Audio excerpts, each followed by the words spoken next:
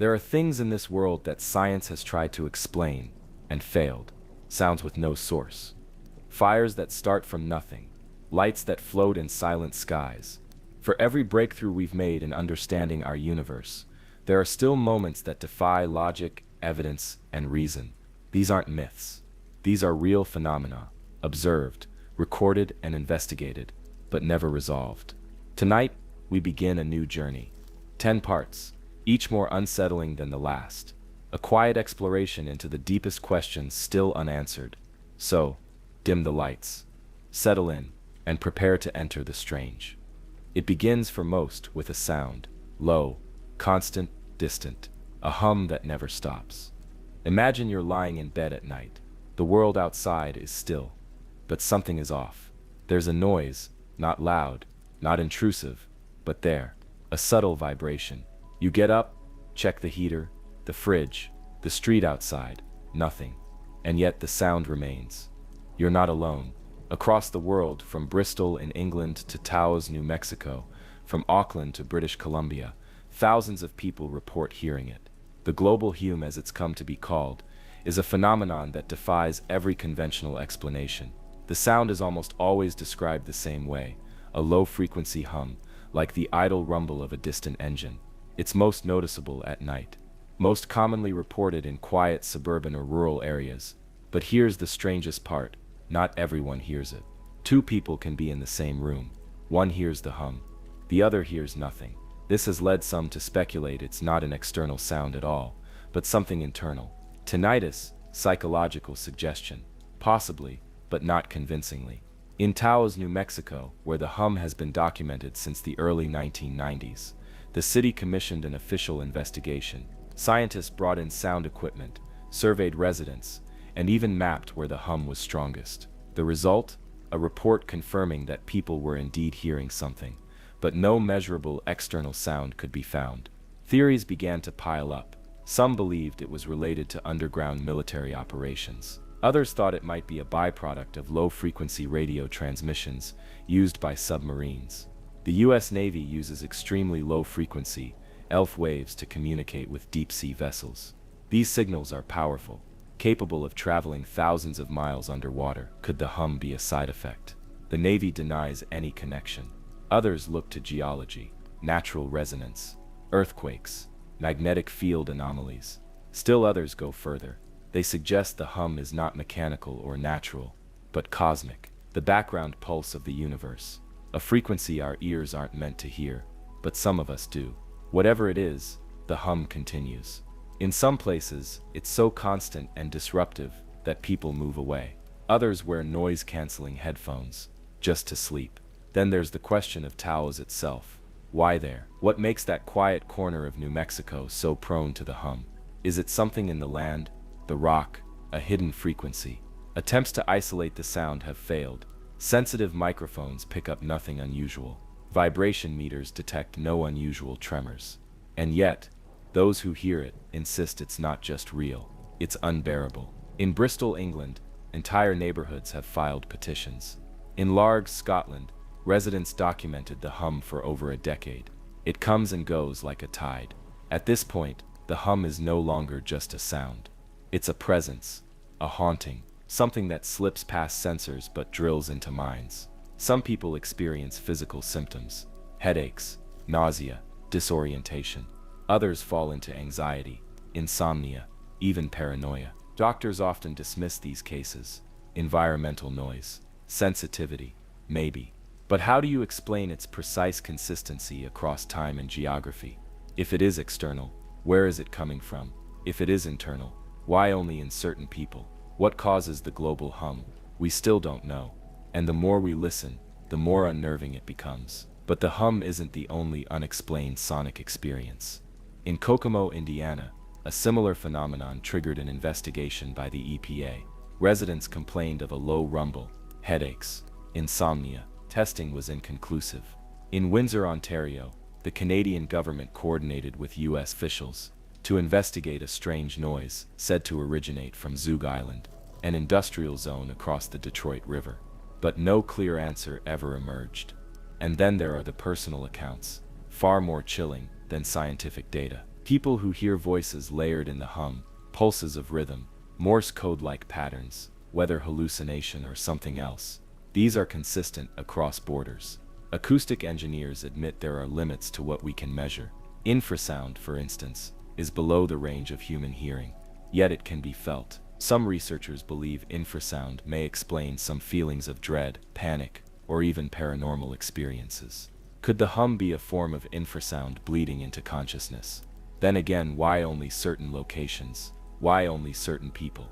Geospatial mapping of hum reports reveals clusters near tectonic fault lines, high voltage grids, and industrial areas, but also in completely quiet rural zones.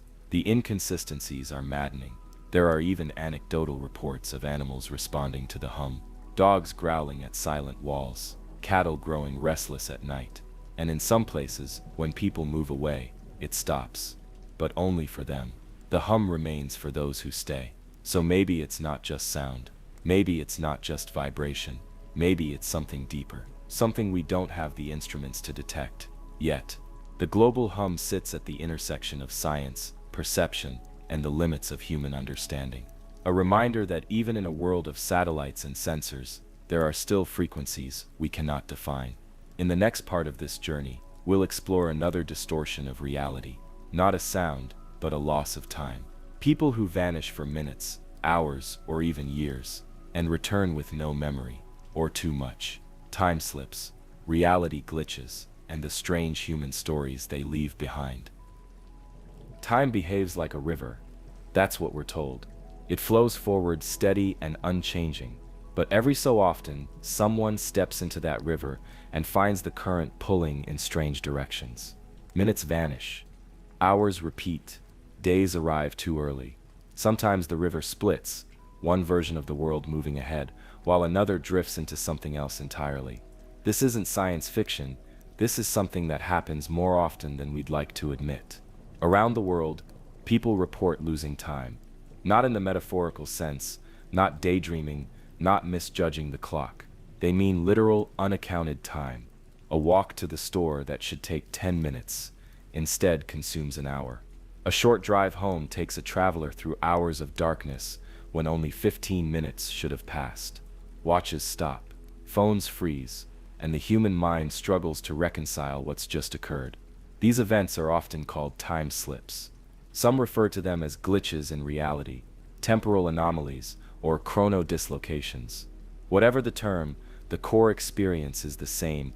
Reality folds, time wavers, and the normal flow of the day collapses into something else entirely.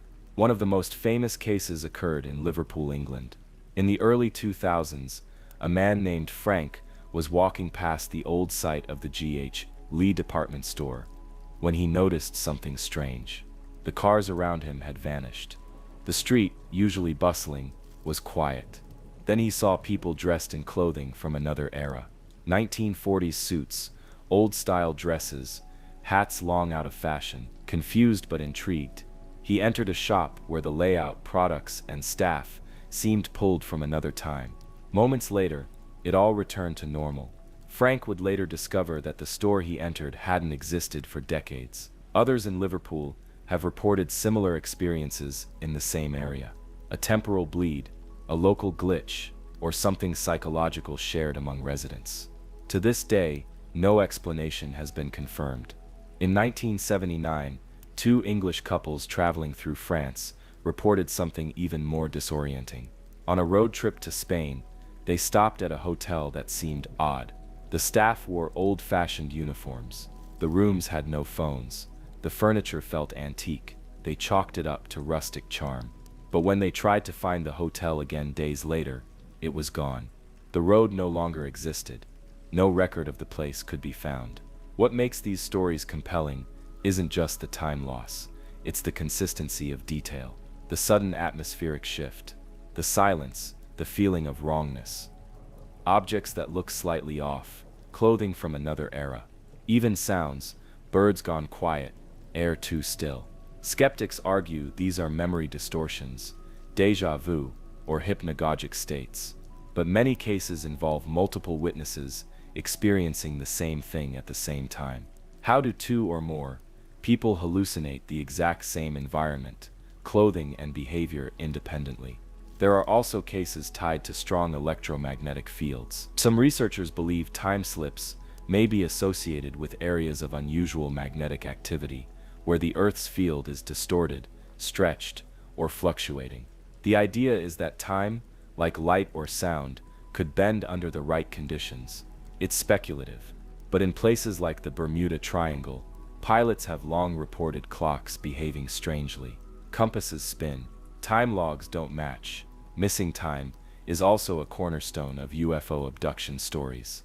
Individuals who claim to have encountered strange craft often describe gaps in memory. A 5-minute walk home becomes a 3-hour blank. Hypnotic regression sometimes retrieves bizarre details of being moved, examined, transported.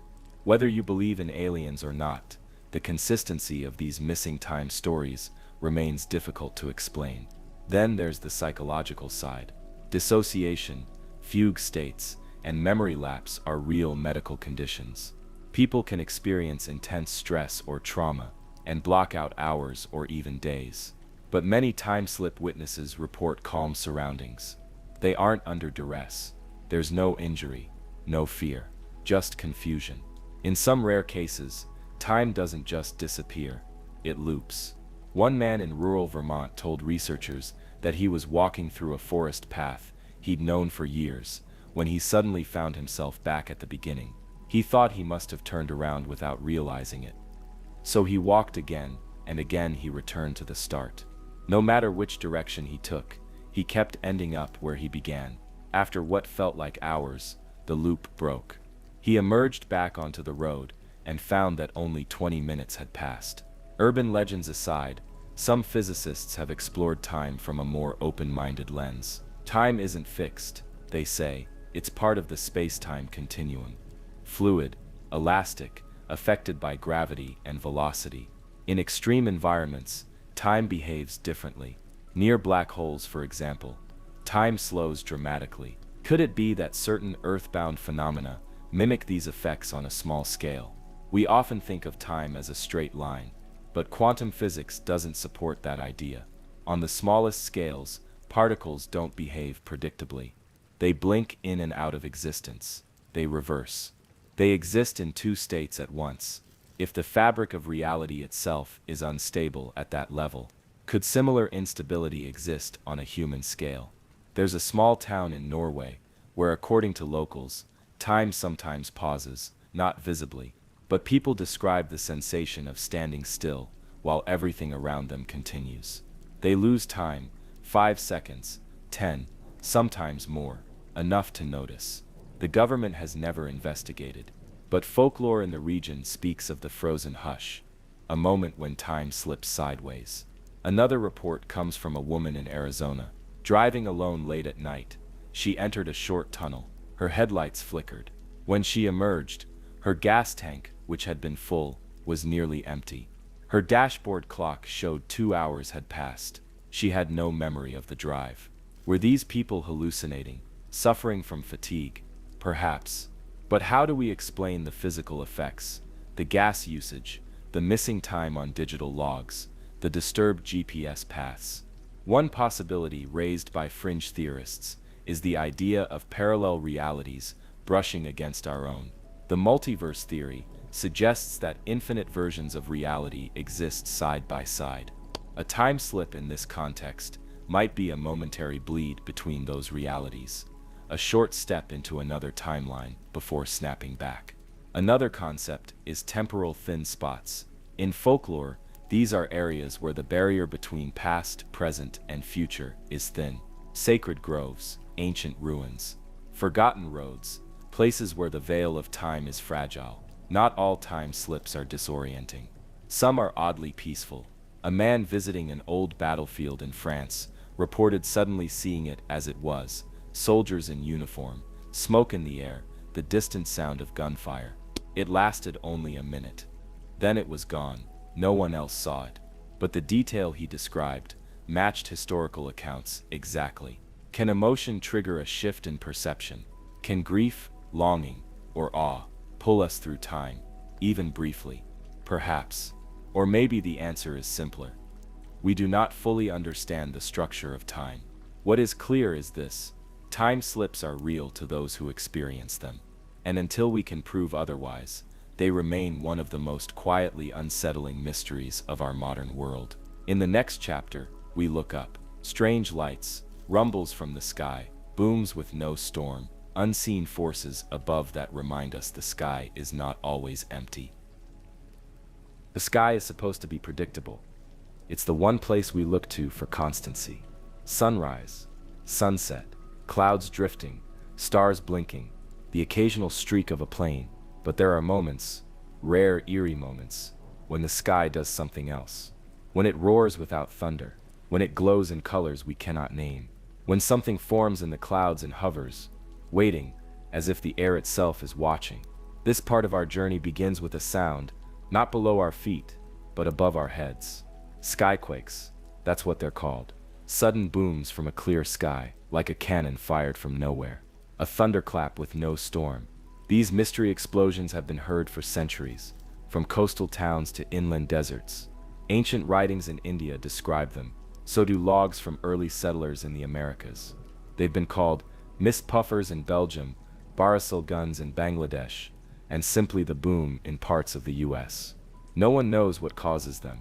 Some suspect they're sonic booms, jets piercing the sound barrier, but no aircraft are ever identified. Others suggest distant lightning or undersea earthquakes, but often there's no storm, no tremor, no warning. People hear them in the dead of night, jolted from sleep, or during quiet mornings, in broad daylight. A single echoing boom that rattles windows and nerves. In 2021, residents of coastal North Carolina heard such a boom. It was so loud, emergency services were flooded with calls. Seismologists found no earthquake. Weather radar showed no storms. No military aircraft were in the area. The sound, like many before it, remains unexplained. Now imagine you're standing outside. The sky is calm, then a flash, not lightning, not even near a storm, just a hovering orb of light. This brings us to ball lightning, perhaps the strangest and most elusive of all atmospheric phenomena. Witnesses describe it as a glowing sphere, sometimes the size of a grapefruit, sometimes much larger. It hovers, pulses, dances across the ground or through the air, and then it vanishes, often with a small explosion. Reports date back centuries. In 1638, a ball of fire entered a church in Devon, England, during a thunderstorm. It killed several people, injured many more, and left scorch marks on the stone walls. Sailors, pilots, and even scientists have described similar encounters since. And yet, ball lightning has never been conclusively photographed or captured in a lab. Some claim to have recorded it. Some say it's been simulated, but no one agrees on what it is. Some theories suggest it's a form of plasma. Others propose microwave interference.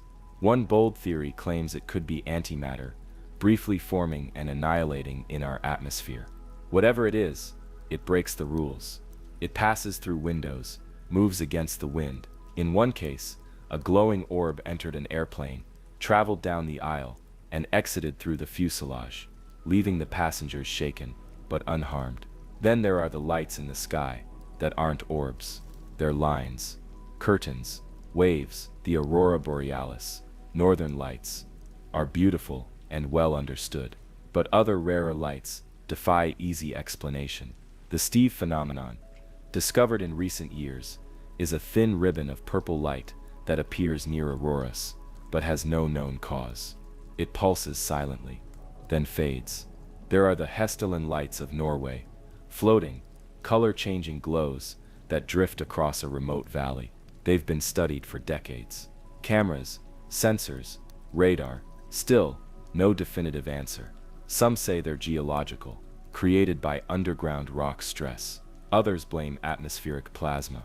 Locals, however, have older stories of watchers in the mist, of lights that follow travelers, that stop, that wait. In Texas, the Marfa lights dance along the horizon, bright, flickering, unpredictable. Some nights they appear, some nights they don't.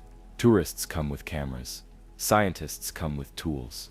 Still, the lights remain a mystery, What ties all of these together, skyquakes, ball lightning, strange aerial glows, is the sense of something other, something not quite part of the world we know. The sky, after all, is vast. Our understanding of the upper atmosphere is incomplete. There are layers of ionized gas, charged particles from the sun, magnetic fields bending and snapping. We live under a dome of energy, much of it invisible. Could some of these anomalies be glitches in that dome, tiny tears in the fabric of the sky? There's another theory, less scientific, more disturbing. Some believe these phenomena are observational, that we are being watched. Ball lightning, they say, is not natural, but mechanical. A probe, a surveillance tool. The Hestilin lights, not geology, but intelligence. The idea isn't as far-fetched as it seems. During the Cold War, both the US and Soviet Union experimented with high-altitude surveillance drones. Modern versions are smaller, faster, quieter. Could some sightings be prototypes? Possibly. But many occurred long before the technology existed, and many behave in ways no drone can mimic. So we're left with a sky that roars without warning, that glows without source, that spits light through solid objects, and hurls sound into silent mornings. A sky that is less empty than we thought. In our next journey, we move from the skies to the earth below, to fire, spontaneous, unforgiving, and born, not from matches or sparks, but from within. It starts with a brush, a nudge, a sensation that shouldn't be there. No one in the room, nothing visible, but something moves your sleeve, your hair. Something knocks gently on the back of your shoulder, and when you turn, there's nothing. It's not pain, not fear, just confusion. The world goes silent for half a second longer than it should. The air changes, and you know deep down, something is close. These are not hauntings, not in the traditional sense. They are moments of contact that seem to come from nowhere. Reports of invisible hands pushing people forward, of unseen fingers tracing the skin, of weight pressing down on the chest during sleep, but with no one there. Call them phantom touches, unseen forces, energy without a source. What makes them so compelling isn't just the consistency of the experience, it's the pattern. These encounters don't just happen in old houses or sacred spaces. They occur on subways, in classrooms, in the middle of the woods on clear summer afternoons. People from every background, every continent, every belief system have reported them. A man walking alone on a hiking trail in Oregon suddenly felt a firm tug on the back of his jacket, as if someone were trying to stop him. He spun around. Nothing. The trail behind him was empty. He checked for thorns, branches. Nothing touched his coat. In Japan, commuters report feeling invisible fingers brush against them in the moments before they faint, often before earthquakes. Sensitive people describe it as a tap on the shoulder, a warning, something trying to say, "Not yet, move." Children talk of being poked or pulled when no one is near. Pets bark at empty corners. Grown adults describe the unmistakable sensation of a breath on their neck, in locked rooms, in hotel hallways, in the middle of the night. Are these touches real? Is the body fooling itself? Or are we occasionally, and very briefly, brushing up against something else, something we cannot see? Touch is a deeply primal sense. Our nerves are wired to respond instantly to contact.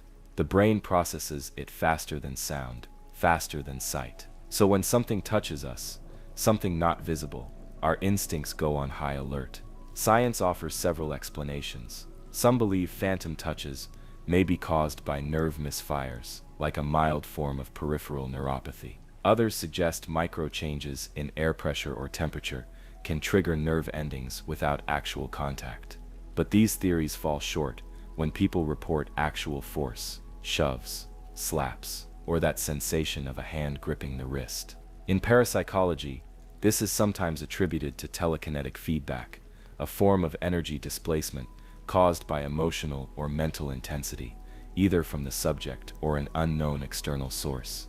Essentially, something pushing into our dimension briefly, a ripple. Hospitals, in particular, are hotspots for these phenomena. Nurses describe unseen hands removing blankets. Patients speak of gentle touches as they drift into sleep, moments of comfort. just before passing. Some dismiss it as hallucination, but the reports persist. And then there are the violent ones. A woman in the UK reported being pushed down her staircase by an invisible force. Surveillance footage captured her fall. No one else was in the home. No trip, no slip. She was shoved. In ancient texts, these touches were attributed to spirits, to gods, to demons. The Greek daemons, the Roman genii, invisible beings who moved between the physical and spiritual world, helpers, tricksters, protectors. Modern culture sometimes calls them ghosts, but they may be something older, something stranger. Physics reminds us that most of the universe is invisible. Dark matter, dark energy, forces we cannot see, but which shape everything. Gravity itself is invisible, but we know it's there. Could it be that occasionally, those forces concentrate, become tactile? And if so, what's reaching out? In the next part, we explore the mysterious manuscript written in no known language. Symbols that defy translation, pages filled with plants that don't exist. A book that seems to have come from another time, or another world. It rests in a quiet corner of the Yale University Library, behind glass, bound in aged leather, its pages yellowed by time. To the untrained eye, it looks like any other ancient volume, handwritten, illustrated, faded at the edges. But those who open it find something else entirely. Words in no known language, letters that belong to no alphabet, drawings of plants that do not exist, diagrams of stars and cosmology that make no sense, a language no one speaks, a purpose no one understands. This is the Voynich manuscript, and for over 600 years it has refused to give up its secrets. The book surfaced publicly in 1912, when a rare book dealer named Wilfrid Voynich purchased it from a Jesuit college in Italy, but its history goes further back, much further. Carbon dating suggests the parchment was created in the early 15th century, sometime between 1404 and 1438. But who wrote it? Why? And what does it say? No one knows. The script used in the Voynich manuscript doesn't match any known system of writing. It's not Latin, not Greek, not Arabic, not even gibberish, because gibberish, when analyzed, doesn't follow linguistic rules. This script does. Letter combinations, word frequency, sentence structure, they all obey patterns consistent with human language. And yet, it matches nothing we've ever seen. Cryptographers from around the world have tried to crack it. During World War II, some of the same codebreakers who deciphered the Nazi Enigma machine took a stab at the Voynich. They failed. Modern AI systems, pattern recognition software, deep learning networks, they've all been used. The result? Nothing. The manuscript remains unreadable. Inside the book are over 200 pages of writing and illustration.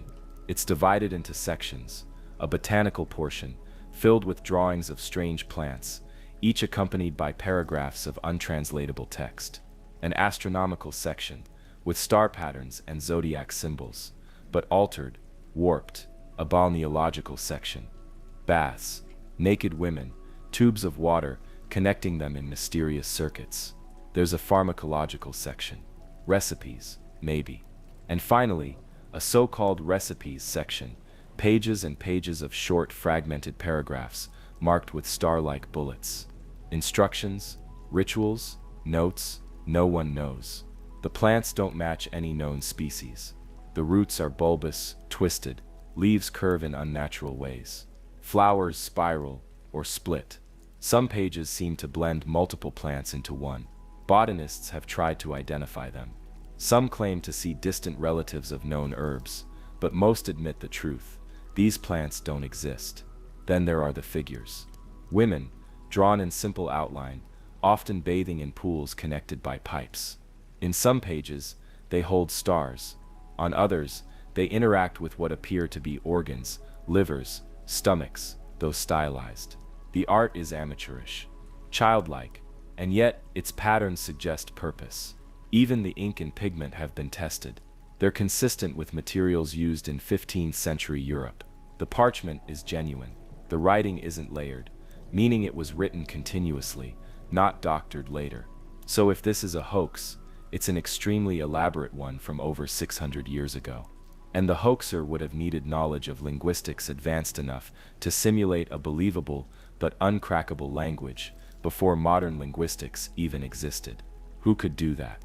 One theory posits that the Voynich manuscript is an elaborate cipher, a code created by someone trying to hide sensitive information, medical secrets, alchemical formulas, political knowledge. Some have linked it to Roger Bacon, a 13th century English philosopher and alchemist. Others say it's the work of John Dee, an occultist who served Queen Elizabeth I. Dee, along with his scryer Edward Kelly, claimed to receive messages from angels in an unknown language. Could this be that language? Another theory, the manuscript is the product of glossolalia, automatic writing in an altered state, a trance, a visionary's book, a diary from the edge of reason. Some see it as the result of schizophrenia or religious ecstasy, but that doesn't explain the structure. The writing is too orderly, too purposeful. It lacks the chaos of madness. Then there's the extraterrestrial theory. What if this isn't a human language at all? What if it's a record of something received, not created, a message from somewhere else, a transmission? The figures, the stars, the strange diagrams, they don't match earthly logic. Some claim the plants look almost right, like someone trying to draw biology they've never seen firsthand. Could it be a misunderstood attempt to describe our world by someone not from it? Despite the mystery, one thing is clear: the Voynich manuscript is not a modern forgery. Analysis confirms its materials are authentic. The parchment is calfskin, aged exactly as it should be. The ink has soaked in uniformly. There are no modern chemicals. Nothing suggests tampering. But even stranger than the book's origin is its persistence. It should have disappeared. It should have been lost. And yet, it wasn't. It passed from hand to hand. Monks, collectors, historians, always protected, always preserved, as if someone or something wanted it to survive. When Wilfrid Voynich acquired the manuscript in 1912, he believed he was on the verge of unlocking one of the greatest secrets of history. He spent the rest of his life trying. He never got close. After his death, the manuscript passed to his wife and then to a friend before landing at Yale. There it rests today, digitized, scanned, shared with the world, and still unread. Online communities have formed around it. Forums, subreddits, YouTube channels. People dedicate years of their lives to decoding its pages. Some believe they're on the brink of a breakthrough. Others believe that's exactly what the manuscript wants you to think, that it's a trap, a puzzle designed never to be solved. And yet, it compels. Why would someone write a book no one can read? Why draw plants that don't exist? What are the women doing in their baths? What does it mean? There's something unsettling about an object so old, so persistent, and so unknowable. The human mind isn't built to accept mystery. It searches for meaning, for logic, for code. And when it finds none, it creates theories, some rational, some wild. But the Voynich manuscript defies even those. It is the perfect mystery, a riddle with no key, a book without a language. It whispers. In 1997, in the depths of the Pacific Ocean, a sound was recorded. It was unlike anything scientists had ever heard. It was deep, resonant, and incredibly loud. So loud that it was picked up by underwater microphones more than 3,000 miles apart. The sound rose rapidly in frequency, then faded into the ocean's natural background noise. Its profile was so distinctive that the scientists who first heard it gave it a name: the bloop. The bloop wasn't detected by chance. It was picked up by the U.S. National Oceanic and Atmospheric Administration, NOAA, through their network of underwater microphones designed to monitor for Soviet submarines during the Cold War. Now repurposed for scientific use, these hydrophones had been quietly listening to the ocean for decades. And one day, they heard something they couldn't explain. What made the bloop so fascinating wasn't just its power, it was the mystery of its origin. Sound underwater travels differently than in air. It moves faster and further. But even by those standards, the bloop was enormous. To be audible over such distances, the source had to be massive, larger than any known marine animal, and yet, it wasn't mechanical. It didn't sound like an explosion or a ship. It had the acoustic signature of a living creature. That's what caught the world's imagination. Could the ocean be hiding something bigger than the blue whale, the largest known animal on Earth? Could there be something deep below, something ancient, still undiscovered? The NOAA scientists remained cautious. They labeled the bloop as unidentified. They couldn't determine its source. It wasn't until years later that they offered a possible explanation. Icequakes, massive shifts in the Antarctic ice shelf, can produce low-frequency sounds. Perhaps the bloop was one of these, ice cracking, rolling, grinding under pressure. But not everyone is convinced. For one, icequakes are known events. They have signatures. And while some resemble the bloop, none quite match it. The bloop's rise in frequency, its power, its clarity, it all suggests something else. And then there's the location. The sound came from a remote part of the southern Pacific Ocean, near the fictional coordinates of R'lyeh, the lost city from H.P. Lovecraft's mythos. A coincidence? Yes, but one that added to the bloop's eerie legend. Conspiracy theories followed. Some believe the bloop was a creature, an undiscovered leviathan that breached the ocean's deep sound channel. Others argue it was the side effect of military testing, secret underwater technology never disclosed. But the most enduring theory is the simplest. We still don't know. The ocean remains one of the last unexplored frontiers. We've mapped the surface of Mars more thoroughly than we have our own seafloor. There are trenches miles deep, places no human has visited, ecosystems untouched by light. Strange sounds continue to be recorded. The Julia sound, the upsweep, the whistle, each one distinct, each one unexplained. Some recur, others are one-time events, but none are as famous or as strange as the bloop. It's been decades since that first recording, but the bloop has never happened again. It remains a ghost in the machine, a reminder that even in an age of satellites and sensors, the Earth still holds secrets, secrets that echo up from the deep. In the next part of our journey, we explore another phenomenon rooted in the Earth itself, unexplained fires, spontaneous, destructive, and seemingly born without a spark. They begin without warning. A bedroom curtain, a pile of laundry, a wooden floor. One moment, still, the next flames. But no matches, no cords, no accelerants. Sometimes, no heat source at all. Spontaneous fires, both bizarre and devastating, have been reported across the globe. And in some cases, they seem to begin with nothing more than air. Accounts of these unexplained fires go back centuries. One of the most famous cases occurred in the 18th century. In 1745, a woman named Countess Cornelia Bandy was found burned to ashes in her bed. Her body was reduced to cinders, but her surroundings remained oddly untouched. The mattress was charred only in places where her body had lain.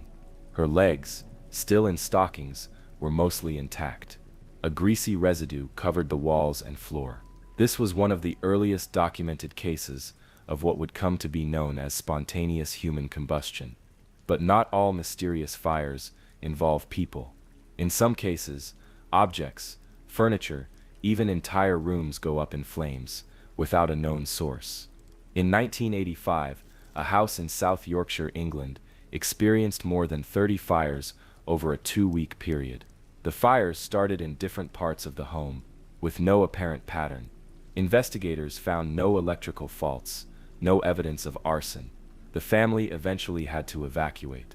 The cause of the fires was never found. There are many more examples. A man in Sicily watched in horror as his TV spontaneously burst into flames. Twice. Power was off. No one was touching it. Nearby appliances followed. Local authorities documented dozens of similar reports from surrounding villages. In 2010, an apartment in northern India suffered repeated fires. Clothing combusted, books ignited, food simmered without heat. Investigators found nothing. No short circuits, no flammable chemicals. One scientist simply said, "We don't know what's happening. So what could possibly cause these fires?" There are theories. Some suggest high static electricity buildup, particularly in dry, hot environments. Others consider chemical reactions, phosphorus compounds, that can spontaneously ignite when exposed to air. Still others look to ball lightning or rare electromagnetic anomalies. But these explanations don't cover every detail. What about fires starting in wet towels, in sealed containers, in places with no wiring, no friction, no accelerant? One hypothesis, both controversial and fascinating, is that under certain rare conditions, the human body or other biological material can enter a kind of slow ignition. The wick effect, as it's called, suggests that body fat acts like a candle's wax. Clothing becomes the wick.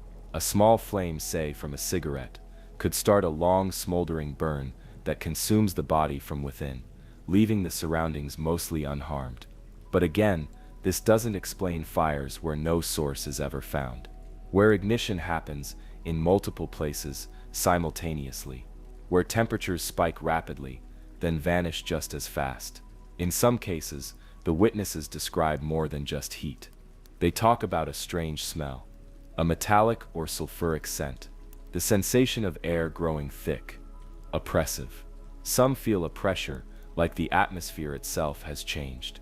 Animals often behave erratically, barking, hiding, fleeing, just before the fire begins. Some researchers have even floated the idea of geomagnetic activity, pulses from the Earth's core, affecting the environment in unpredictable ways. Magnetic fields can interact with conductive materials. After all, could they, under just the right conditions, trigger localized combustion, or is it something else entirely? Folklore is filled with tales of fire spirits, salamanders, jinn, beings of flame that manifest and vanish, leaving destruction behind. While science doesn't acknowledge these entities, the imagery is oddly consistent across cultures. Then there's the psychological factor. In some rare cases, unexplained fires have occurred in households under extreme stress, particularly involving adolescents. This has led to speculation about psychokinesis, the mind affecting matter. It sounds absurd, and yet a few respected parapsychologists continue to investigate this possibility. The truth is, most spontaneous fires are never fully explained. Insurance reports list them as accidental, fire marshals mark them as undetermined. But behind the paperwork lies something deeper, a mystery that refuses to be put out. The next chapter will take us to a different kind of burn, a flash of light not from fire, but from the sky, a flare of radiation, a moment frozen in time, the Tunguska event, when the sky exploded. It was just after 7 a.m. on June 30th, 1908, when the sky above the remote Siberian wilderness near the Tunguska River ignited, a massive explosion, brighter than the sun and louder than thunder, ripped through the atmosphere.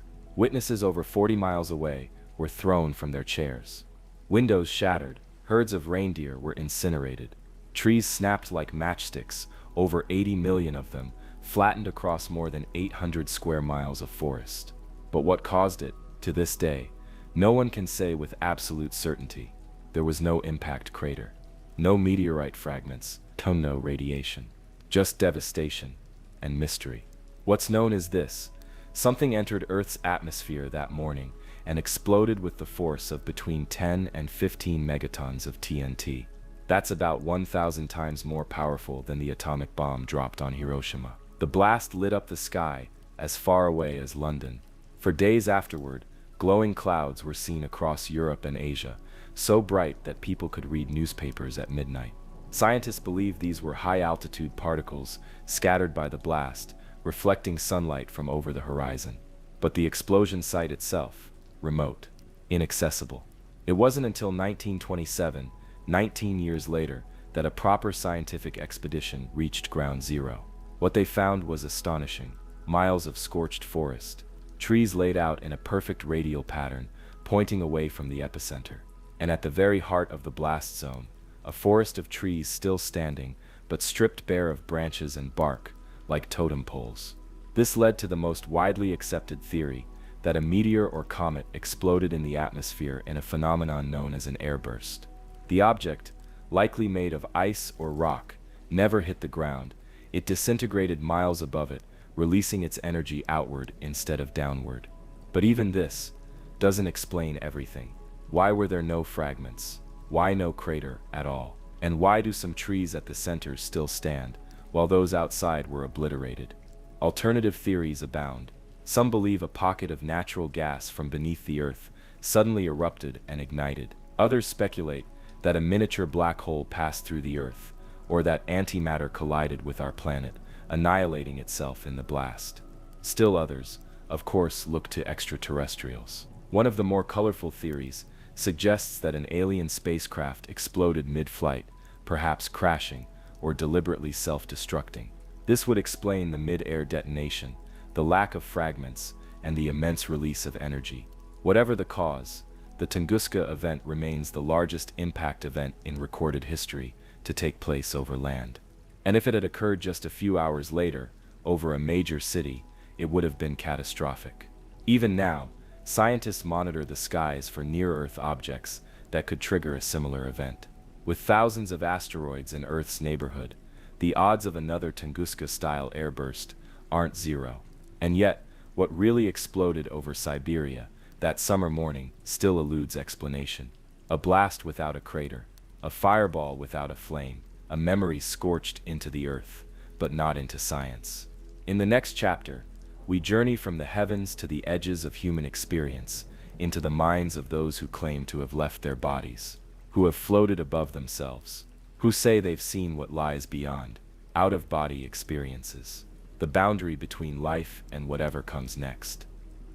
They often begin with stillness, a sudden hush, a moment of silence, stretching longer than it should. Then comes the sensation, floating, lifting, detaching. People who have had out-of-body experiences, or OBEs, describe the same sequence of events. They leave their body. Not metaphorically, but literally. They hover near the ceiling, looking down at themselves. They move through walls. They observe loved ones, hear conversations, even travel miles away, all while their physical body remains motionless. In hospitals, OBEs are sometimes reported during moments of clinical death. A patient goes into cardiac arrest, their heart stops, monitors go flat, but later, when revived, they recall what the doctors said, how the nurses moved, the tools that were used. They recall it all from above. What are these experiences? Hallucinations, dreams, or are they something more? Science has struggled to explain OBEs. Neuroscientists point to the temporoparietal junction, a part of the brain where sensory input is integrated. Damage or disruption to this area can lead to depersonalization and the feeling of floating outside oneself. Experiments have even induced OBEs using virtual reality and electrical stimulation, but these induced states are limited, brief, artificial. They don't fully replicate the detail, emotion, and realism reported in spontaneous OBEs. Then there are the verifiable cases. In one documented event, a woman under surgery claimed to have floated out of her body and seen a number written on top of a medical cabinet, one that could not be seen from her bed. Afterward, she correctly reported the number. Similar stories exist across hospitals and trauma centers around the world. Some experiences are peaceful, a feeling of lightness, of unconditional love. Others are terrifying, a sense of being trapped outside one's body, unable to return. Culturally, OBEs are nothing new. In ancient Egypt, the Qeda, the spirit double, was believed to leave the body during sleep. Shamans in indigenous cultures speak of soul flight, traveling to other realms for wisdom or healing. Tibetan monks train to consciously leave their bodies through meditation. So are OBEs real? That depends on what we mean by real. To the person experiencing it, the sensation is more vivid than a dream, more precise than a memory. And while brain scans can point to neural activity, they can't explain how someone gains knowledge they couldn't have known. They can't explain why different cultures, across time and space, report the same phenomenon. Some believe OBEs are a kind of astral projection, a spirit detaching from the physical body. Others believe They are the beginning of the death process, a preview of what happens when life ends. Still others think OBEs offer glimpses into parallel dimensions, or that consciousness itself is non-local, capable of existing outside the brain. The implications are profound. If even one verified OBE is true, if even one person has truly left their body and returned, then our understanding of life, death, and consciousness must change. The mystery deepens when OBEs are paired with near-death experiences, NDEs. Often, OBEs are the first phase of an NDE. The person floats above their body, then moves toward a light, or encounters deceased relatives. They often return changed, less afraid of death, more spiritually inclined, with a deep sense of purpose. Skeptics argue this is just the brain under stress, releasing chemicals in a final burst. But those who have had the experience know better. Or so they say. Out-of-body experiences challenge our understanding of identity, of where we truly reside. Are we our bodies, our minds, or something else? Something that only reveals itself in moments of silence, stillness, and surrender. In the next chapter, we descend into something darker, to a structure that exists, but shouldn't, hidden in plain sight, and built without tools we understand. The Coral Castle, a monument to mystery carved by a single man who may have known the secrets of lost civilizations. On the edge of Homestead, Florida, stands a structure that should not exist, walls of coral rock, some weighing more than 30 tons, shaped, stacked, and aligned with astonishing precision.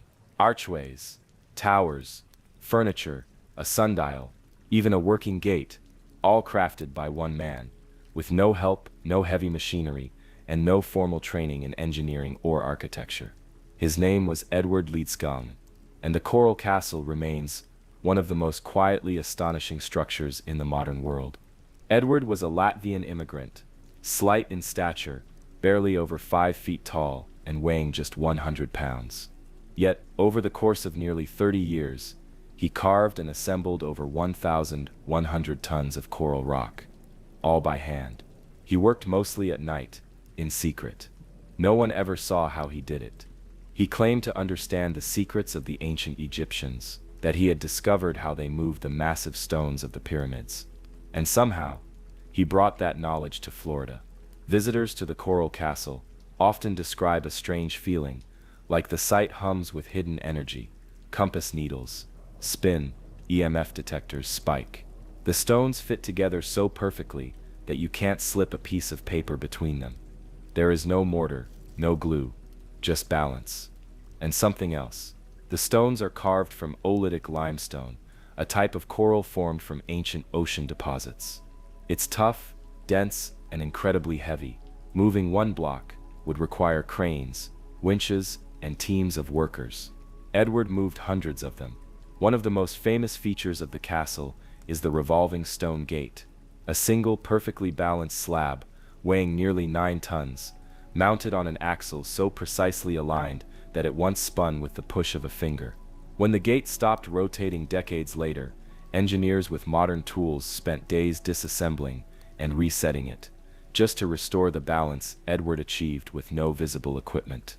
He used simple tools, tripods made from telephone poles, pulleys, chains, but these couldn't account for the scale of his work. The blocks were quarried from the site itself, then shaped and lifted with mathematical perfection. At night, alone. So how did he do it? Some believe he had a deep understanding of leverage, balance, and geometry. Others say he knew how to manipulate magnetic fields, an idea he hinted at in his pamphlet, Magnetic Current. In it, he described the flow of energy in ways no mainstream physicist would endorse. Yet some modern researchers find echoes of his ideas in theories of zero-point energy and scalar fields. There are even those who believe Edward harnessed anti-gravity or tapped into earth energies long forgotten. When asked how he built the Coral Castle, Edward would only say, "I understand the laws of weight and leverage, and I know the secrets of the pyramids." He never elaborated. He never revealed his methods. He died in 1951, taking his secrets with him. Today the Coral Castle still stands, untouched by hurricane or time, Tourists walk through its gates, marvel at the engineering, wonder how one man moved mountains. It remains a question not just of how, but why. Edward claimed he built it for a lost love, a woman he called Sweet 16, who left him just before their wedding. But as with everything about the Coral Castle, even that story blurs fact and myth. Some believe the castle was more than a monument, that it was an experiment, a message, a machine, a reminder that sometimes the greatest mysteries aren't in the stars or the sea, but right in front of us. In the next chapter, we return to the skies, but this time, we follow not a signal, but a machine. One that should not exist. One that seems to move without wings or propellers. Silent, fast, vanishing in the blink of an eye. The black triangles, mysterious craft spotted around the world, with no known origin. They appear without warning, sometimes high above city skylines, other times drifting silently above remote countryside. Always triangular, always massive, and always silent. For decades, people across the globe have reported seeing strange, black, triangular craft flying low and slow, moving in ways conventional aircraft cannot. These aren't distant blinking lights, mistaken for stars. Witnesses describe solid, unmistakable shapes, often the size of a football field, hovering noiselessly. 3 lights at each corner, a pulsing red or amber light in the center, and a darkness so complete, it seems to absorb the night. Some call them UFOs. Others call them TR-3 burrs, alleged top-secret military craft. But the truth, no one knows for sure. The first major wave of black triangle sightings began in the early 1980s over the Hudson Valley in New York. Thousands of people reported seeing massive triangular craft hovering low, sometimes just above treetops. Drivers pulled over on highways. Police officers radioed in the sightings. Entire neighborhoods stood outside in awe. The objects made no sound, no engines, no wind, just silent motion through the sky. In Belgium in 1989 and 1990, a similar wave occurred. Over 13,000 people reported seeing black triangles, prompting the Belgian Air Force to investigate. Jet fighters were scrambled. Radar picked up solid targets, but the jets could not intercept the objects. They accelerated beyond reach in seconds. These weren't isolated reports from fringe believers. Engineers, pilots, military personnel, and police officers all confirmed what they saw. The Belgian government even released some of its findings to the public, admitting they could not explain the objects. In Phoenix, Arizona, on March 13, 1997, one of the most famous mass sightings occurred. Thousands of people watched a massive triangular object silently pass over the city. It blocked out stars. It dwarfed airplanes. It was seen by residents, news anchors, and even the governor. The official explanation: military flares. But witnesses disagreed. They didn't see floating lights. They saw a single solid object the size of several football fields. Slow, silent, terrifying. So what are these black triangles? Some believe they are experimental US military aircraft, perhaps using anti-gravity propulsion or advanced stealth technology. The so-called TR-3B is rumored to be a reverse-engineered alien craft, developed in secrecy at facilities like Area 51. It allegedly uses a nuclear-powered electromagnetic drive that allows for silent, stable hovering and fast acceleration. But if the triangles are ours, why display them in populated areas? Why fly them low and slow, where civilians can see them? Why allow them to be observed for so long, without cover? Others believe the black triangles aren't human at all, that they are visitors, observers, scouts. Their silence, their slowness, their apparent disinterest in contact, all point to a kind of surveillance, as if they are watching, measuring, waiting. Some witnesses report feeling strange sensations during sightings: a sudden silence, pressure in the chest, static on car radios, animals going quiet. Others report missing time, minutes or even hours vanishing after an encounter. There are even claims of interaction. People report lights shining down, paralysis, or the sensation of being pulled upward. These accounts are rarer, often dismissed, but they persist. From a technological perspective, no known aircraft can do what the black triangles do. hover silently, shift direction instantly, move without visible propulsion. Even drones, advanced as they are, can't replicate these maneuvers at such scale. If they are real, and the volume of sightings suggests they are, then someone or something possesses technology far beyond our understanding. The US government has acknowledged the existence of unidentified aerial phenomena. In recent years, military footage has been released showing craft that defy explanation, but black triangles are rarely mentioned, as if they are a separate category, a deeper secret. And yet the sightings continue, over highways, over forests, over cities, always silent, always just out of reach. Are they ours? Are they theirs? Or are they something else entirely? In the next chapter, we leave the sky and descend again into the earth, into tunnels that shouldn't be there. Massive underground networks, carved with precision, connecting places thousands of miles apart, the hidden highways beneath our feet. And the question, who built them? Beneath our cities, our deserts, our oceans, there are whispers of tunnels. Not the kind built by subway engineers or mining companies, but deeper ones.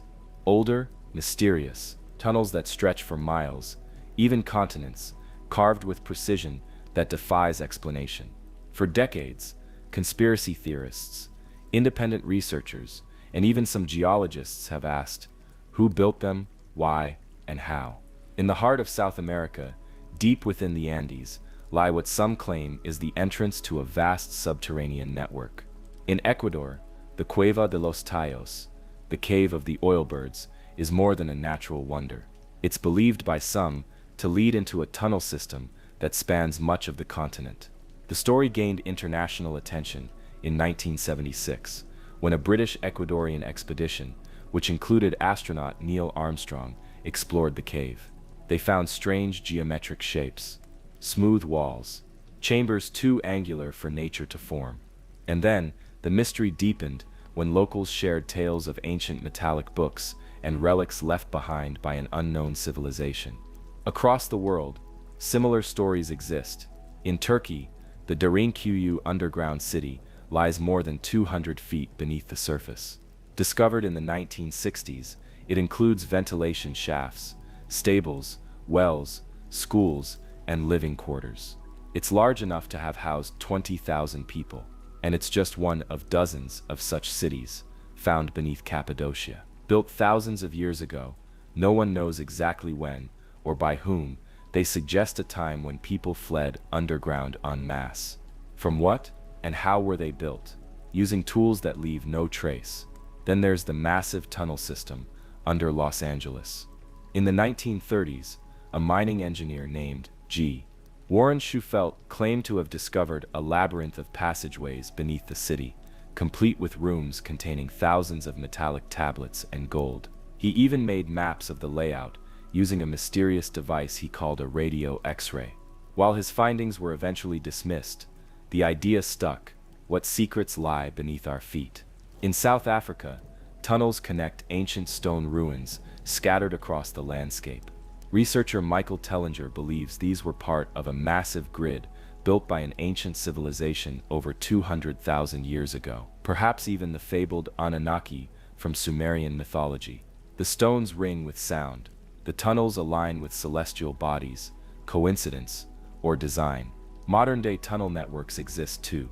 In Vietnam, the Cu Chi tunnels, dug by the Viet Cong, span over 150 miles and include meeting rooms, kitchens, and hospitals. In America, NORAD's Cheyenne Mountain Complex is carved deep into the rock and can withstand a nuclear blast. But these are built with modern technology, with budgets, teams, machines. The ancient tunnels defy all of that. How were massive sections of earth excavated without modern equipment? Why are so many of them smooth, symmetrical, and aligned with astronomical precision? And more strangely, why do some tunnels appear to have no purpose? Corridors leading nowhere, dead ends perfectly cut, ventilation shafts that don't ventilate. It's as if they were abandoned halfway through construction, or perhaps never meant for human use at all. Legends abound. Native American tribes speak of ant people who helped their ancestors survive cataclysms by sheltering them underground. In Peru, stories of the Chincanas, tunnels leading from Cuzco to Sacsayhuaman, claim some travelers never returned. In Europe, from Scotland to Austria, tales of secret passageways beneath castles and mountains have persisted for centuries. Could it be that long before our current civilization, there was another one that understood geology and engineering in ways we do not? Some believe the answer lies in acoustic resonance, that ancient builders knew how to shape stone using sound. Others propose plasma torches, forgotten now, but once used to melt through rock. Then there's the idea of terraforming, that someone, human or not, once reshaped the Earth's crust to move unseen, to travel, to hide. In recent years, satellite imagery and ground-penetrating radar have revealed anomalies under major cities, grids, lines, voids where there should be none. Are these natural formations or forgotten infrastructure? We don't know, but perhaps the biggest question isn't what lies beneath, but why we've stopped looking. Why is so much underground research dismissed or suppressed? Why do excavations in certain places halt suddenly, with little explanation? Some say we're not ready for what we might find. Others say we already found it and covered it back up. As we move forward, our technology may one day allow us to map every inch of the Earth's interior. Until then, the tunnels remain a dark mirror of our past, hidden, forgotten, waiting. In the next chapter, we shift from underground shadows to celestial patterns. Ancient stone circles, alignments and monuments that match the stars, not by chance, but by design. Who built the world's sacred sites, and why did they point them to the heavens? They rise from the ground like memories too old to forget. Circles of stone, lines etched into desert floors, temples carved with cosmic precision. Some are wrapped in myth, others stand ignored in windswept fields. But across continents, cultures, and centuries, sacred sites share one unspoken secret. They mirror the sky. From the towering stones of Stonehenge to the pyramids of Egypt, the ancient world seems to have had a deep, almost obsessive relationship with the heavens. These monuments weren't placed randomly. They were set down with intention, aligned with the stars, planets, solstices, and equinoxes. But why? Stonehenge in the English countryside is more than a pile of prehistoric rocks. Built in stages over 1,000 years, its inner circle aligns perfectly with the sunrise on the summer solstice and the sunset on the winter solstice. On those days, the rising or setting sun sits precisely between specific stones, casting a long shadow into the heart of the structure.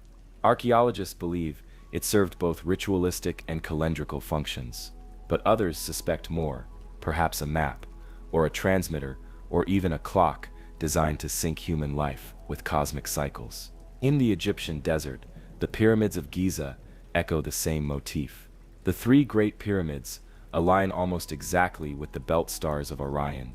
The ancient Egyptians associated Orion with Osiris, god of the afterlife. The layout was not accidental. It was a statement, a mirror of the divine. In South America, the ancient city of Teotihuacan, long before the Aztecs ever walked its boulevards, was laid out in alignment with the Pleiades star cluster. The Temple of the Sun and the Temple of the Moon were designed not just for worship, but for cosmic resonance. Recent scans have revealed that beneath these temples are tunnels filled with mercury, hinting at symbolic representations of the Milky Way or celestial rivers. Farther south, in Peru, the Nazca lines stretch across the desert from the ground. They look like meaningless trenches, but from above, they form intricate shapes. Animals, humans, geometric patterns, etched into the earth at a scale impossible to grasp from the surface. Many of these lines point to specific stars and solstices. Were they an offering, a map, a celestial landing guide? No one knows for sure. The island of Malta, with its megalithic temples, older than Stonehenge, older than the pyramids, also participates in this tradition. The Managera temple complex aligns perfectly with the sunrise on both the equinoxes and solstices. When the sun rises on these days, its rays pierce through narrow openings, illuminating specific stones inside the inner sanctum. It's as though the sun itself is being summoned. At New Grange in Ireland, a massive passage tomb built over 5,000 years ago, a similar alignment occurs. On the winter solstice, sunlight enters through a small opening and travels down a long, narrow corridor, striking the chamber's back wall. For 17 minutes, the dark is banished by light, and then the tomb returns to shadow for another year. Why did so many cultures, separated by oceans, languages, and millennia, construct these cosmic mirrors?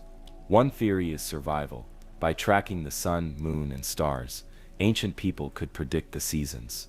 Solstices marked times to plant or harvest. But this explanation feels too simple.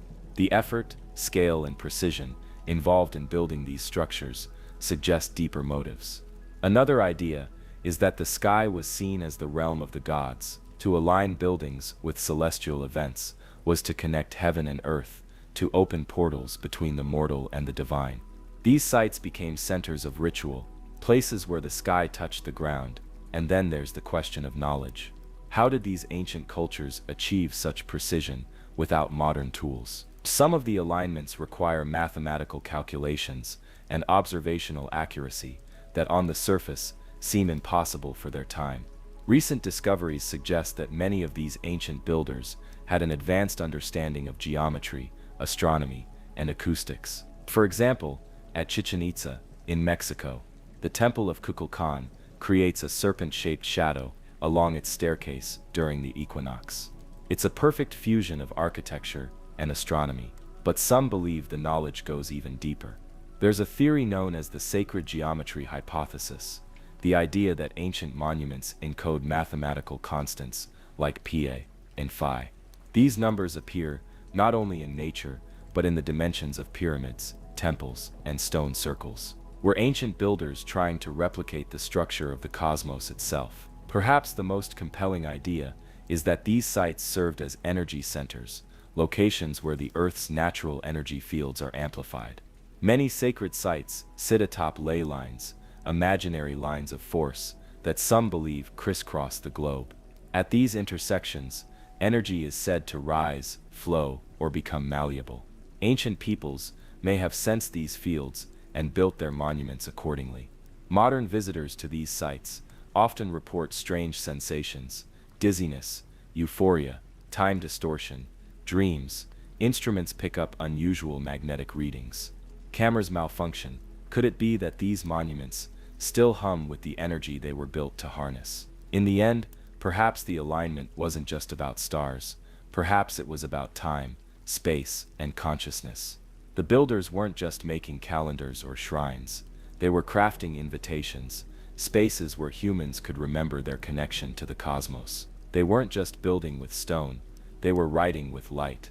In the next chapter, we examine one of the most forbidden places on Earth, shrouded in secrecy, surrounded by myths, and long suspected of hiding truths too dangerous to reveal.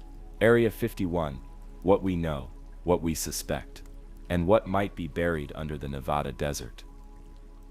To the casual observer, it's a dry, empty patch of land, dusty ridges, distant mountains, a desert sun beating down on scrub brush and sand. But deep in the Nevada wilderness, along the dry lake bed of Groom Lake, a perimeter is drawn where the laws of visibility seem to change. Beyond this line is one of the most secretive places on Earth, a place where the US government didn't even admit existed until 2013. A place that has been the subject of whispers, conspiracy theories, denials, and obsessions. This is Area 51.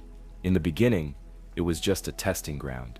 In the 1950s, the CIA needed a place to test the U-2 reconnaissance plane away from prying eyes.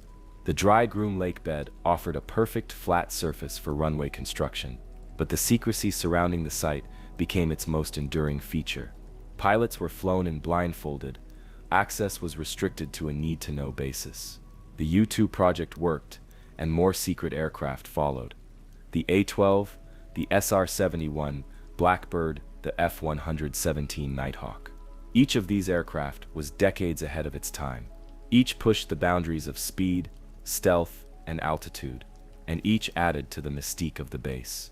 But something changed in the public mind around 1989, when a man named Bob Lazar came forward on Las Vegas television, claiming to have worked at a facility near Area 51 called S4.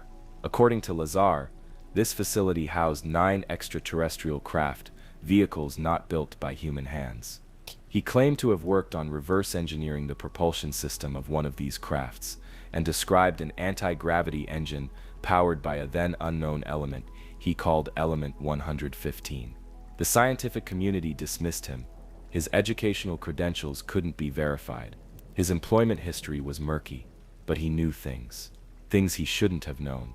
He described security clearances and departmental structures that were later confirmed. He knew the exact dates and times of test flights witnesses reported seeing from the desert floor, objects moving erratically, lighting up the night sky.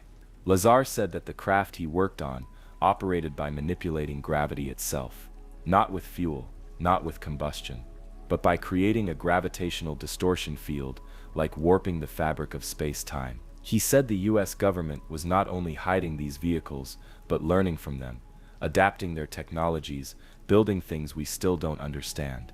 And suddenly, Area 51 was no longer just a base. It was a mythos. Tourists now drive miles just to reach the border. Signs warn them not to proceed. Deadly force authorized.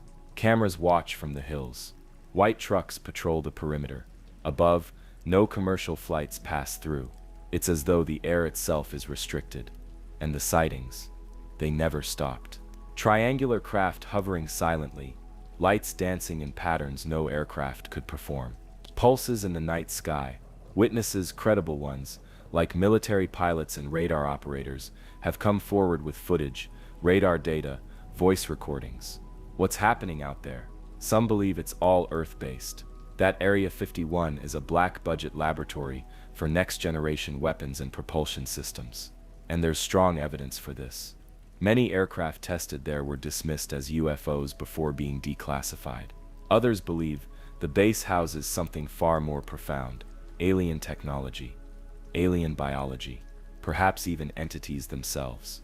Declassified documents confirm that the government has, in the past, investigated UFOs under multiple programs. Project Sign, Project Grudge, Project Blue Book. More recently, the Pentagon admitted to a program called AATP, the Advanced Aerospace Threat Identification Program. These weren't science fiction. These were official investigations into unidentified phenomena. Why investigate what doesn't exist? Why admit to the program, then defund it, only to replace it with something even more opaque? Former insiders like Luis Elizondo claim there are craft in our skies operating with capabilities far beyond our own, accelerating from 0 to thousands of miles per hour in an instant, performing right-angle turns, operating underwater, in space and in air. No wings, no exhaust, no visible propulsion, and yet nothing is released. No physical proof, only fragments. Leaked footage, whispered accounts. If something non-human is being studied at Area 51, why the secrecy? Some believe it's fear, that humanity isn't ready, that the knowledge would collapse religions, destabilize governments, unsettle the social order. Others believe the secrecy is control, that those in power want to keep revolutionary technology from the public. Energy systems that would upend oil empires, propulsion that would render modern warfare obsolete, medicine that could end disease, or manipulate biology in ways we can't imagine. Still others think the secrecy protects us, that the truth is darker, that what's hidden at Area 51 isn't technology, but a threat. Then there are the rumors of underground facilities, multi-level bunkers that extend for miles, high-speed transit systems, biological laboratories, holographic environments, all sealed beneath the Nevada rock. Too incredible to believe, too detailed to dismiss. In recent years, public interest has surged again. The Storm Area 51 meme campaign drew millions of followers. Military statements followed. The base was never breached, but the message was clear. We want to know. And still, the desert keeps its silence. Satellite images show expansion, new hangars, new runways. But what goes on inside is a question only a few can answer. If there is a place on Earth where the line between science fiction and science fact dissolves. It is here, where the silence speaks, where light bends, where truth becomes rumor, and rumor becomes history. In the next chapter, we ascend once again, but not into the air, into dreams, into states of consciousness that defy waking logic, shared dreams, precognitive visions, encounters in sleep with entities not of this world, the collective unconscious, and the possibility that it isn't unconscious at all. They begin in silence, a moment between waking and sleep where the body is still, but the mind is not. In that fragile twilight between awareness and surrender, something opens, something ancient, something unmeasured by science, but felt by millions. Dreams. Most dreams are scattered fragments, memories reorganized, feelings dramatized, meaningless noise woven into temporary stories. But not all. Some dreams arrive with clarity, with purpose, with the weight of something real. People across time and culture have reported dreams that do not behave like dreams. Dreams that feel more like visitations, meetings, teachings. Dreams in which unknown knowledge is imparted, new languages, unknown symbols, unfamiliar physics. Dreams where people meet others they have never seen before, yet somehow know, or visit places they've never been, but instantly recognize. These are not dreams, say some. These are journeys. The phenomenon of shared dreaming is one of the most mysterious. Two or more people, separated by distance, sometimes even strangers, report nearly identical dreams on the same night. They describe the same setting, a city made of light, a room with mirrored walls, a floating forest. They meet the same figure, hear the same message. Later they discover each other online forums, support groups, conferences, and their accounts align with uncanny precision. Is this coincidence, or something more? Some researchers suggest that consciousness, during deep sleep, detaches from the physical mind and travels into what Carl Jung called the collective unconscious, a psychic reservoir shared by all humanity. Jung believed that myths, symbols, and archetypes arise from this shared field. But what if it's not just a metaphor? In recent years, dream studies have taken a more serious role in neuroscience and psychology. MRI scans show that during certain phases of sleep, particularly REM, the brain behaves in highly complex ways, sometimes more active than when awake. Dreams may not be mental noise. They may be another mode of perception. Lucid dreamers, those who become aware they are dreaming, have reported entering the same places again and again. Landscapes that remain consistent across years. Some keep journals and sketch these dreamscapes, cities with impossible angles, oceans that rise like walls, skies with 3 moons.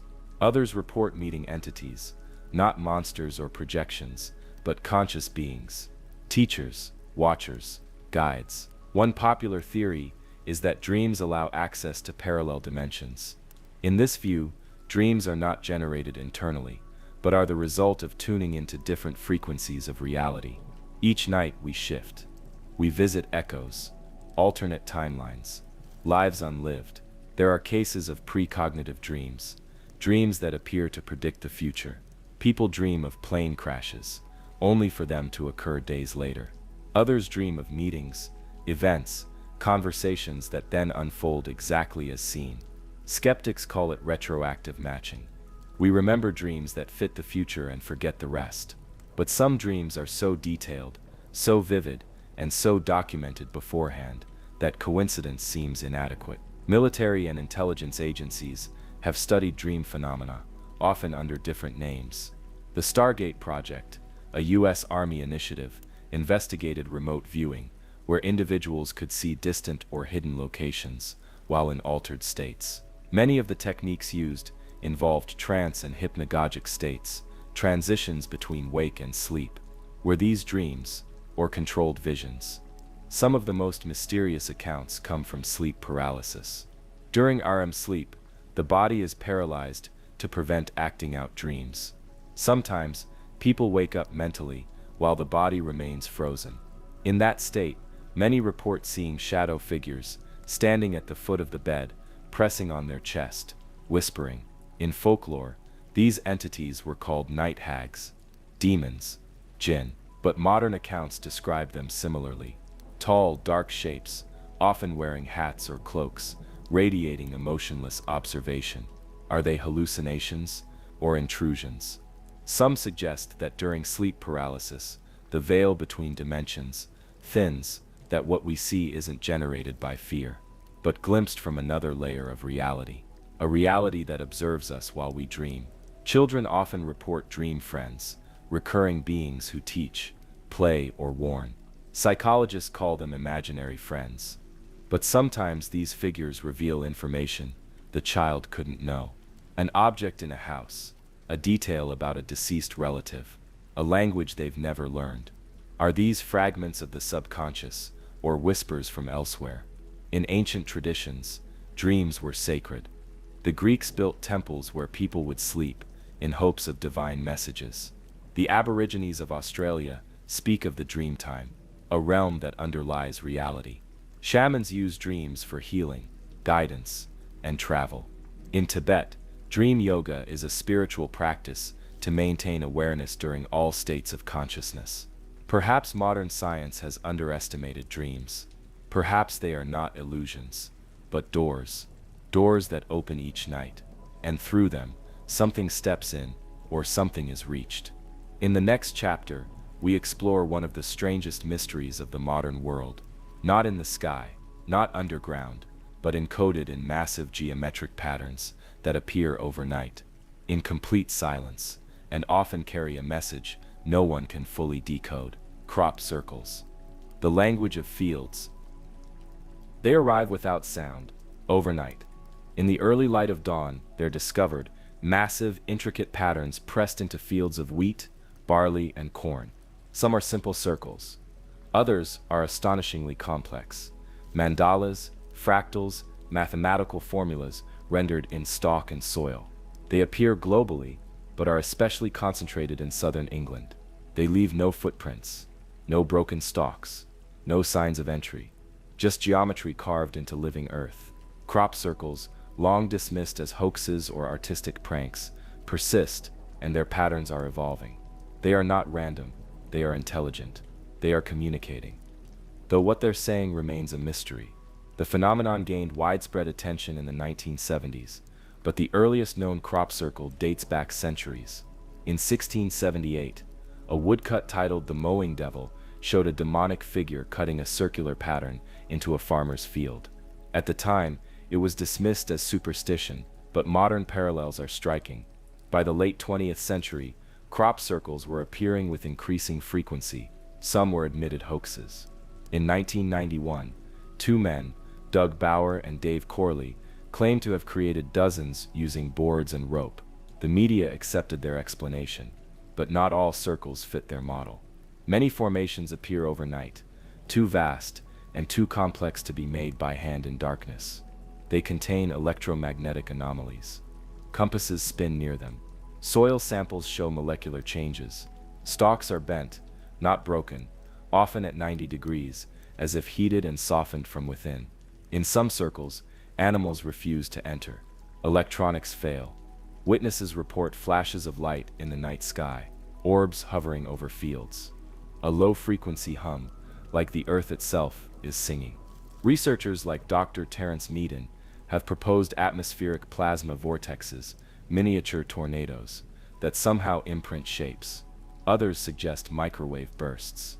But these theories can't account for the precision, the symmetry, the encoded information. Yes, information. Many crop circles contain binary code, Fibonacci sequences, and Euclidean geometry. One 2002 formation near Crabwood, England, depicted a humanoid face alongside a disk of encoded binary. When translated, it read, "Beware the bearers of false gifts and their broken promises." Much pain, but still time. Believe. There is good out there. We oppose deception. Who or what could have left that? Theories vary. Some believe crop circles are messages from extraterrestrials, attempts to initiate communication in a universal language, mathematics. Others believe they are created by Earth itself, expressions of Gaia, the planetary consciousness. Still others think they're interdimensional signals, patterns from higher dimensions bleeding into ours. There's even a hypothesis known as the resonant Earth model, which suggests that certain sites on the planet act as amplifiers for geomagnetic energy. Crop circles may form at these nodes, where telluric currents rise. In this model, the planet isn't just reacting, it's speaking. Skeptics continue to dismiss them, but researchers like Linda Moulton Howe, Colin Andrews, and Elcho Haselhoff have gathered hundreds of pages of data, peer-reviewed studies, soil anomalies, time-stamped video footage, interviews with farmers and eyewitnesses. In one notable case in Wiltshire, England, a formation appeared in the middle of the night, captured on infrared camera. No people, just light, orbs swirling over the field. Minutes later, the pattern was there. What of the hoaxes? They exist, but often they are crude, easily spotted. The genuine formations show impossible perfection. Circles nested within circles, patterns that resonate with cymatics, the visualization of sound. Indeed, some believe crop circles are formed through sound itself. High-frequency tones, inaudible to the human ear, could vibrate plant matter, altering cellular structure, bending without breaking. If so, who directs the sound, and why? There are patterns that mirror ancient symbols. The flower of life, Metatron's cube, the tree of life, from Kabbalah. Others resemble astronomical events, lunar cycles, planetary alignments, solar flares. Some seem to predict them. One formation in 1996 appeared to depict a solar eclipse months before it occurred. Could crop circles be time markers, warnings, invitations? In many reports, people who stand inside genuine formations describe altered states, peace, clarity, insight. Some claim healing. Others, visions. It's as if the geometry resonates with consciousness itself, unlocking something internal. Even more intriguing are the formations that evolve. In 2001, a pattern appeared overnight. The next day, it had changed. New circles added, shapes expanded. It's as though something watched the response, then continued the dialogue. Some even claim that meditating on the shapes leads to dreams, shared dreams of blue light, of crystalline ships, of beings who teach, but do not speak. Is it imagination or memory? Governments have shown interest. Mini 5 monitored crop circle researchers. Military helicopters are often spotted hovering over fresh formations. Some say certain patterns are quickly mowed down by official teams. Why would authorities care about hoaxes? The deeper truth may be this: crop circles represent an interface between language and symbol, between earth and sky, between known and unknown. They are not just art, they are architecture. Not just messages, but mechanisms. We do not yet know how to read them, but they are not random. They persist, they evolve, and perhaps they wait. In the next chapter, we explore a site where stone, water, and consciousness meet, a temple submerged for thousands of years, now rising again from the sea, the sunken city of Dwarka, and the possibility that it predates all known history. Off the western coast of India, beneath the waves of the Arabian Sea, lies a mystery that challenges our understanding of ancient history. Known through myth, mentioned in sacred texts, and until recently dismissed as legend, the city of Dwarka, Krishna's golden city, was long thought to be a metaphor, a celestial allegory. But then the divers descended, and what they found changed everything. In 2001, a team of scientists from India's National Institute of Ocean Technology made a startling discovery in the Gulf of Kampat. Using sonar scans, they detected geometric patterns on the seafloor, right angles, grids, and what appeared to be the foundations of buildings, all spread over 5 square miles. When divers explored the site, they brought back artifacts, pottery shards, sculptures, human remains, and carbon-dated tools older than any known Indian civilization.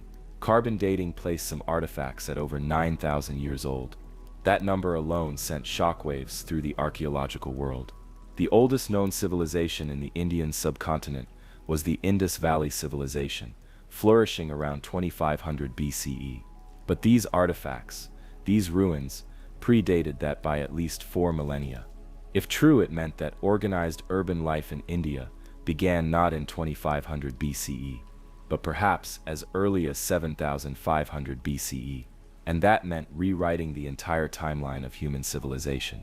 The site matches descriptions found in ancient Hindu texts, the Mahabharata and the Harivamsa, which speak of a magnificent city ruled by Krishna, the blue-skinned deity.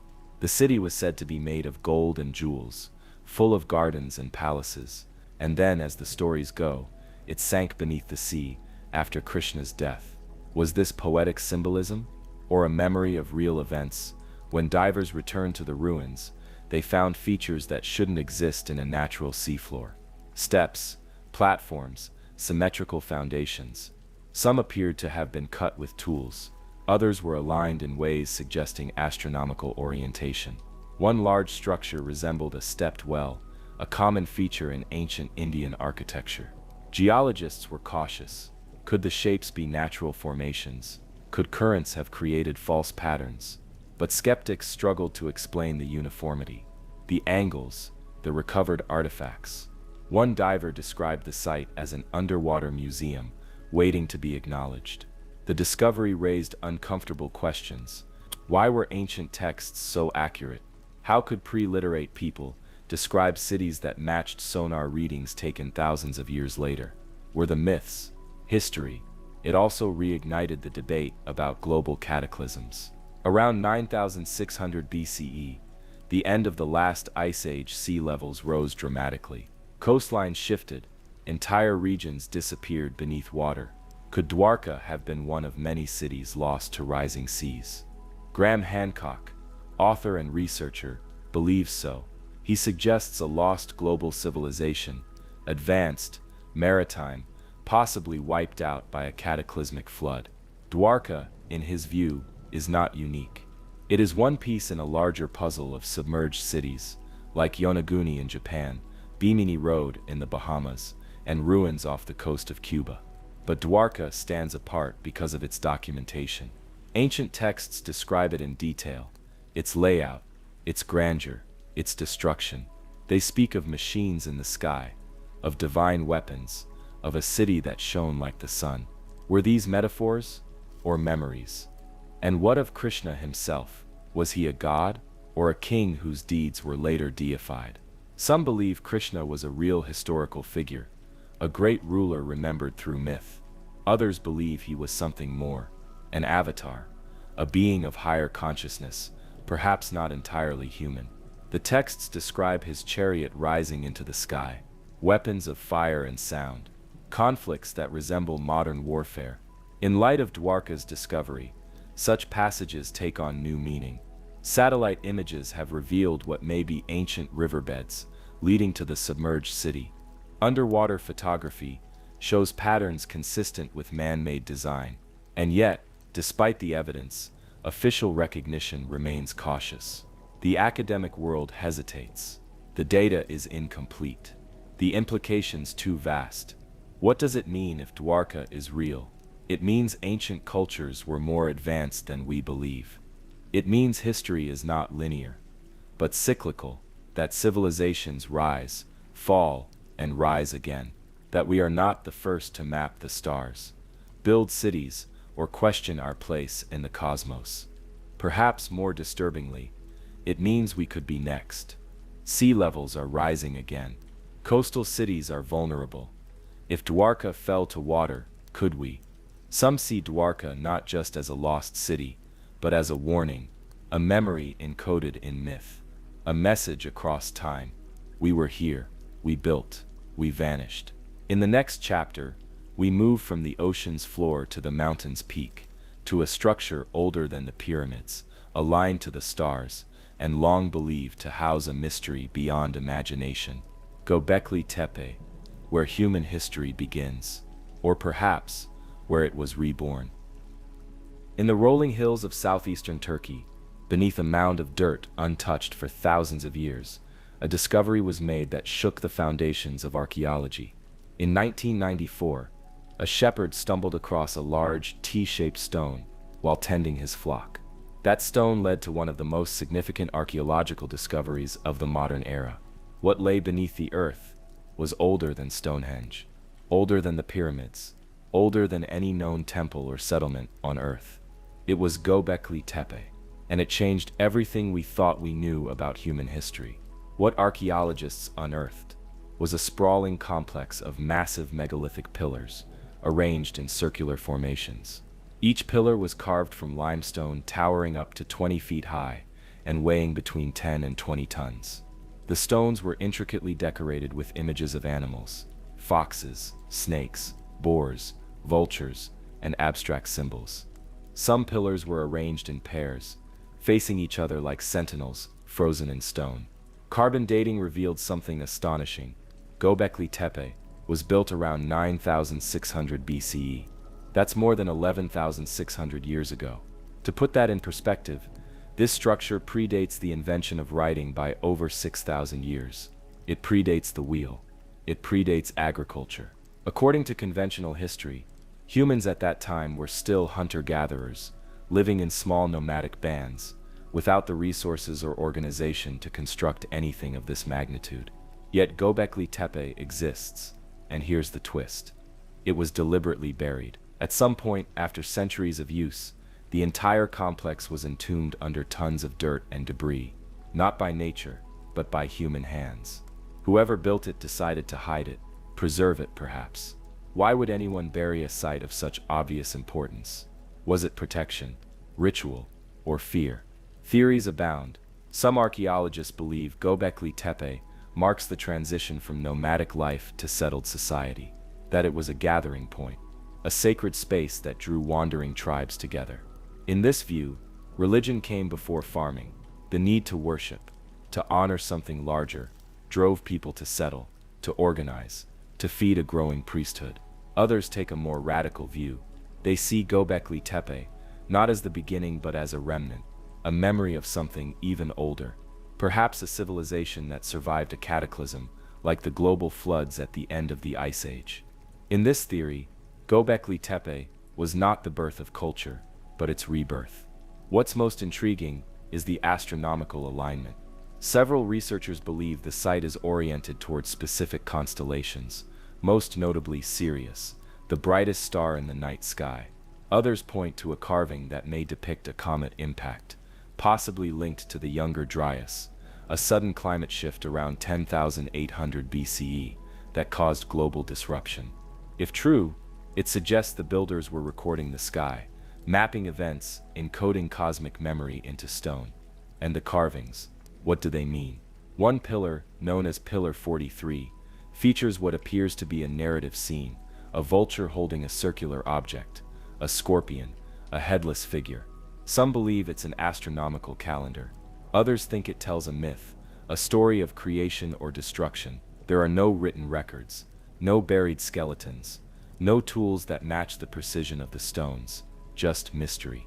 How did hunter-gatherers move 20-ton pillars without wheels? How did they shape limestone so smoothly, so intricately? Where did the knowledge come from? Could it have been passed down, preserved through oral tradition, or was it taught by someone else? Alternative historians like Graham Hancock and Andrew Collins suggest that a lost civilization once existed, highly advanced, but nearly wiped out by a global catastrophe. Survivors spread out, seeding knowledge across the planet. Göbekli Tepe, in this view, is one of their legacies. Mainstream archaeology remains cautious, but even the most conservative scholars admit something doesn't add up. Göbekli Tepe should not exist, yet it does.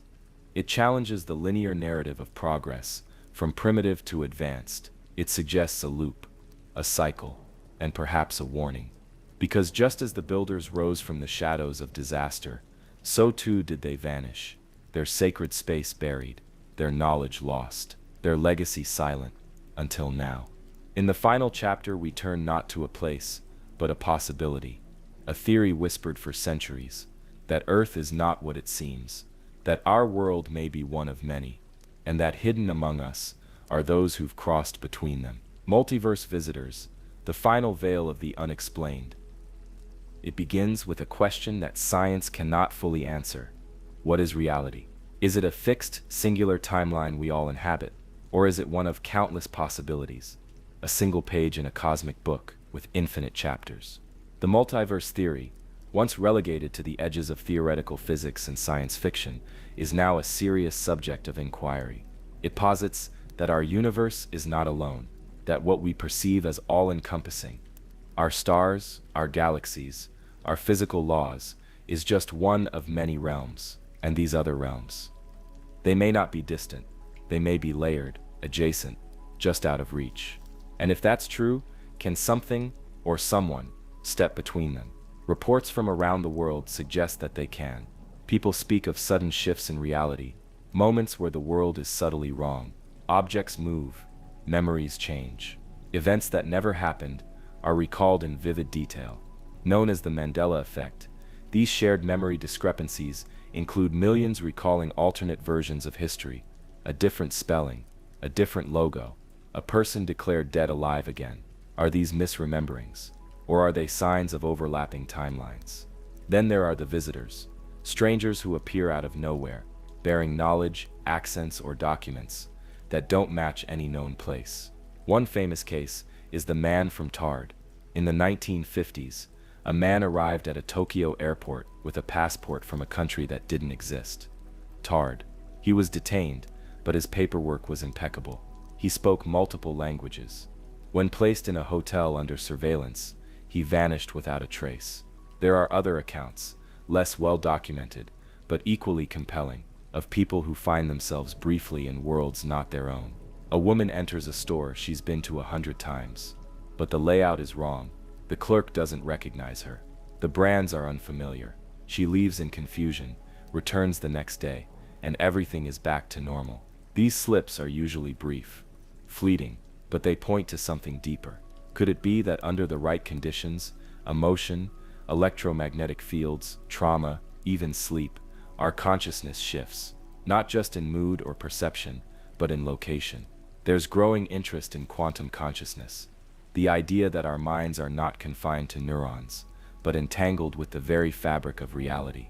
In this model, we are not just observers of the universe, we are participants in its construction. And if the universe branches with every decision, every thought, then perhaps some people walk between those branches. Science fiction has long explored this idea: parallel Earths, alternate timelines, doppelgangers. But what if these aren't just stories? What if the myths of fairy realms, spirit worlds, and dreamtime are echoes of multiversal travel, wrapped in cultural language? There's even evidence in ancient texts. The Vedas speak of countless lokas, worlds within worlds. Terran Norse mythology describes Yggdrasil, the world tree, with 9 interconnected realms. Shamans speak of upper and lower worlds, entered through trance. These traditions all point to the same core idea, that reality is layered, and some beings may move between layers. Encounters with others who seem human, but not quite, often include an uncanny feeling. Clothing that's slightly outdated, speech that feels overly formal, knowledge that seems impossible. Are these just dreams, hallucinations, or is the veil being pierced? Some scientists now study anomalous cognition, where information arrives without sensory input. Remote viewing, precognition, telepathy. Could these abilities be side effects of multiversal overlap? In recent years, physicists have proposed that black holes may connect to other universes, that wormholes, if stable, could serve as bridges, that quantum entanglement may allow instantaneous transfer of data, perhaps even consciousness, between points in space-time. If any of this is true, then reality is far more fluid than we imagined, and we are not alone in it. The ultimate question, then, is not are we being visited, but by whom and from where? Are they advanced civilizations from galaxies light years away, or are they us, in another form, another timeline, another possibility? As our science accelerates, we may soon answer questions our ancestors only dreamed of. But until then, we are left with stories, anomalies, glimpses, a flicker in the corner of the eye, a dream that feels more real than waking, a stranger who knows your name before you speak.